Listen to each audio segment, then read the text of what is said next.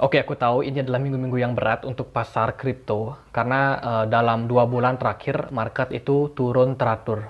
Bahkan kemarin bulan Januari awal itu malah drop. Jadi sebenarnya kita masih belum tahu apakah market kripto akan segera reversal, akan segera berbalik arah, ataupun akan terus melanjutkan penurunan.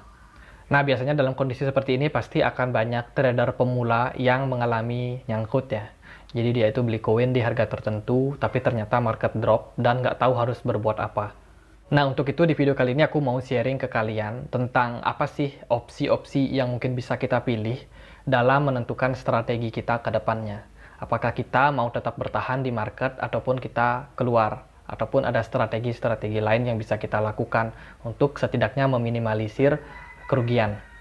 Oke, sebelumnya kita punya komunitas Telegram ya. Teman-teman bisa join, linknya ada di kolom deskripsi.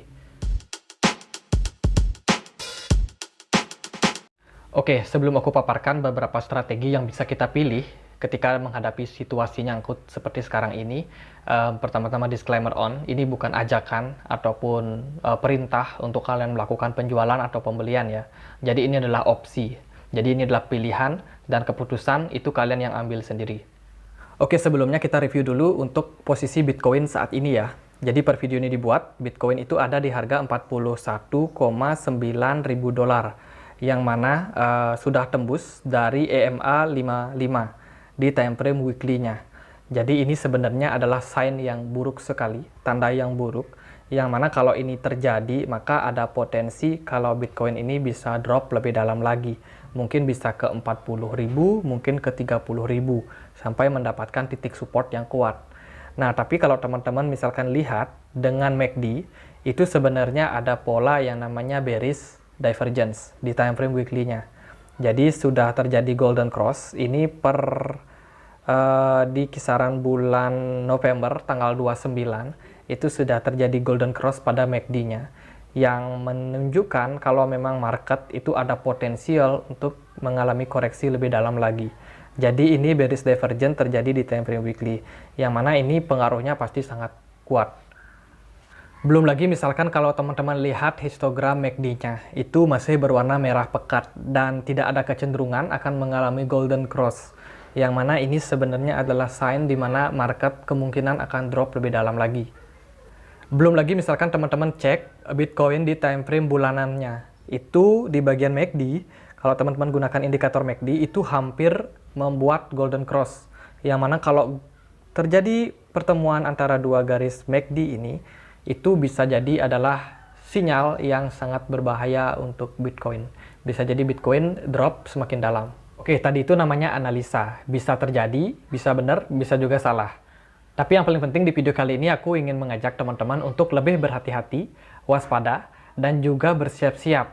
Kalau nanti sesuatu yang buruk terjadi, kita harus apa? Jangan sampai kita nggak tahu kita harus berbuat apa.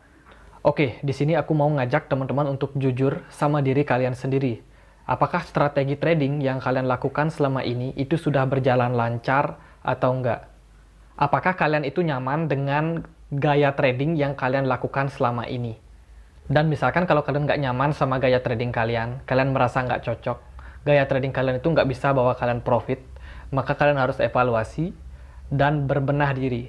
Pasti ada hal yang salah dan harus kita perbaiki, supaya di masa depan nanti, ketika kita trading, itu nggak sampai rugi banyak lagi.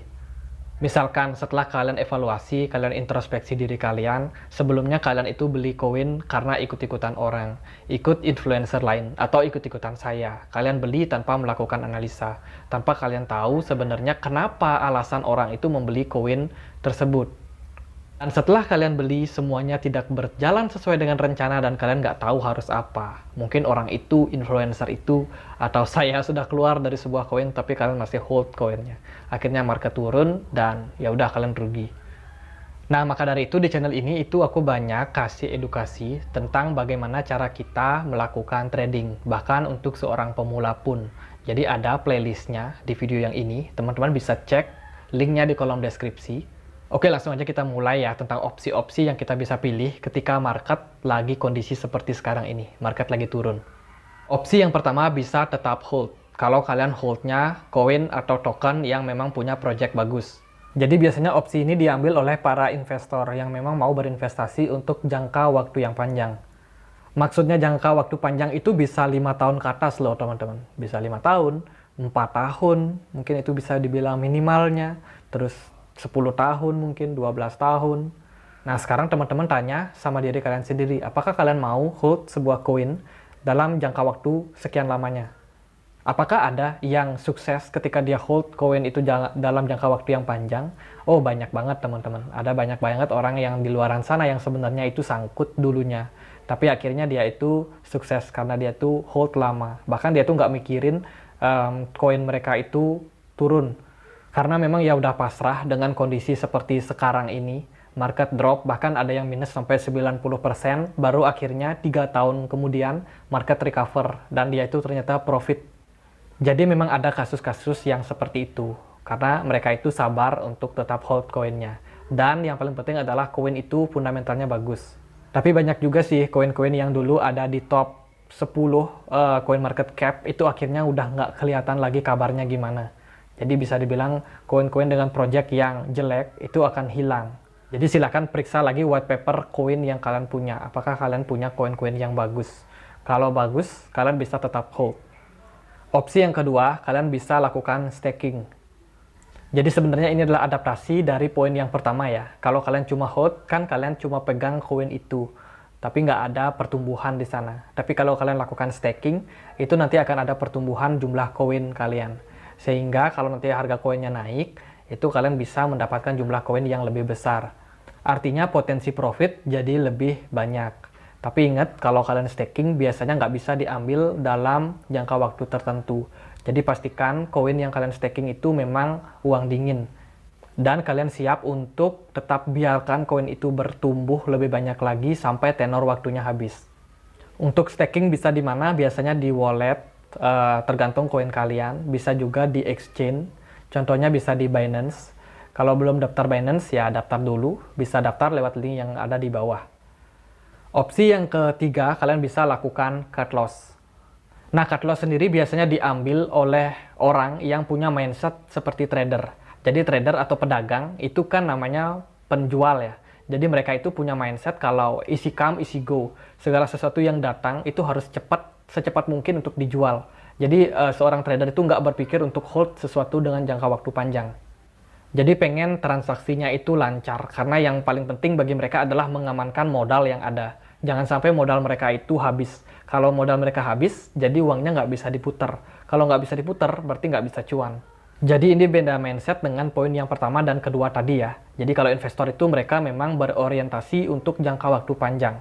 Mereka pengen profit banyak dalam jangka waktu panjang. Tapi kalau trader, mereka itu pengen cuan dalam jangka waktu pendek. Tapi biasanya ada juga orang yang memang takut cut loss. Karena ketika mereka cut loss, takutnya market malah naik. Nah, itu jadi resiko sendiri sih memang kalau kita melakukan cut loss. Kalau habis kita cut loss, terus ternyata market naik. Tapi yang paling penting adalah bagaimana kita menyesuaikan sebuah strategi dengan diri kita sendiri. Kita lebih cocoknya yang mana. Nah, misalkan kalau kalian ambil opsi yang cut loss, selanjutnya apa? Jadi kita masuk ke poin yang keempat. Opsi yang keempat adalah kalian bisa tetap trading dengan ETF, ataupun kalau di future bisa pasang short. Nah, jadi beberapa exchange itu menyediakan fitur ETF ya, ataupun spot ETF, yang mana biasanya ETF ini seperti DOT down, BTC up, ataupun BTC down, kemudian ETH up, ETH down, ya jadi semacam itulah. Jadi ini sebenarnya adalah produk dari exchange. Jadi produk spot milik exchange tertentu. Biasanya ada di toko kripto, ada juga di Binance. Aku nggak tahu kalau ini ada di exchange lain. Tapi pada intinya ketika market turun, biasanya BTC down itu mengalami penguatan yang signifikan. Artinya adalah di market kripto, kita bisa melakukan transaksi dua arah. Baik ketika market naik, kita bisa cuan dengan membeli spot biasa, ataupun BTC up misalkan. Kalau market turun, kita bisa ambil opsi membeli ETF, yaitu BTC down. Nah, meskipun akhirnya kita ambil opsi cut loss tadi, kalau kita pintar dalam memilih dan memanage sisa uang kita, modal yang kita bisa amankan, itu kita bisa balik modal lebih cepat dengan BTC down tadi. Atau teman-teman yang mungkin trading di future, kalian bisa pasang short. Jadi biasa ya, ketika market turun, pasang short, kita malah cuan. Tapi hati-hati dalam menggunakan ETF, BTC down, BTC up, hati-hati sekali, karena banyak orang yang terjebak. Kalau kalian memang sudah salah dalam menganalisa, kalian harus keluar. Ingat pasang stop loss. Dan begitu juga kalau kalian itu trading di futures. Ingat pasang stop loss, jangan sampai kena margin call. Dan ini memang resikonya lebih besar daripada spot biasa. Jadi buat teman-teman yang belum pintar ataupun belum bisa dalam melakukan analisa, saran aku jangan pakai dua fitur ini. Karena bisa sangat berbahaya dengan modal kalian. Jadi selama market itu jelas, entah itu market naik ataupun market turun, itu kita nggak apa-apa trading di pasar kripto, karena bisa tetap sama-sama cuan. Oke, opsi yang kelima adalah average down. Biasanya average down dilakukan ketika memang market itu sudah menyentuh support, ataupun market sudah ada di dasar lah, buy on the dip. Jadi jangan punya strategi, baru turun dikit, turun 5%, kalian udah average down. Akhirnya terus kalian average down, terus kalian serok di bawah, market terus di bawah turun, modal kalian malah habis. Jadi tunggu dulu terjadi reversal, tunggu tanda-tanda reversal. Kalau misalkan kalian masih hold koin lama kalian. Opsi yang terakhir, yang keenam adalah istirahat dulu, liburan dulu. Kalau kalian misalkan trading, kalian merasa psikologi kalian itu lelah, tubuh kalian itu lelah, mungkin kalian kerja atau sekolah, jadi nggak produktif karena kalian kepikiran modal kalian di pasar kripto yang loss mungkin. Jadi istirahat dulu, tenangkan psikologi dulu, dan belajar. Cobalah untuk ikuti mungkin kelas-kelas, webinar, atau baca buku, atau nonton di channel YouTube, atau kalian bisa join di komunitas Telegram kami. Kalian di sana bisa sama-sama belajar juga, sharing, berbagi pengalaman. Jadi mungkin sekian aja video kali ini. Sekali lagi ini bukan rekomendasi buat kalian jual atau beli. Pikirkan lagi, sesuaikan dengan diri kalian sendiri. Ini adalah opsi yang mana kalian bisa pilih secara bebas. Dan pastikan kalian tidak menyesal dengan pilihan kalian itu. Oke, sekian aja akhir kata saya Andre. Makasih.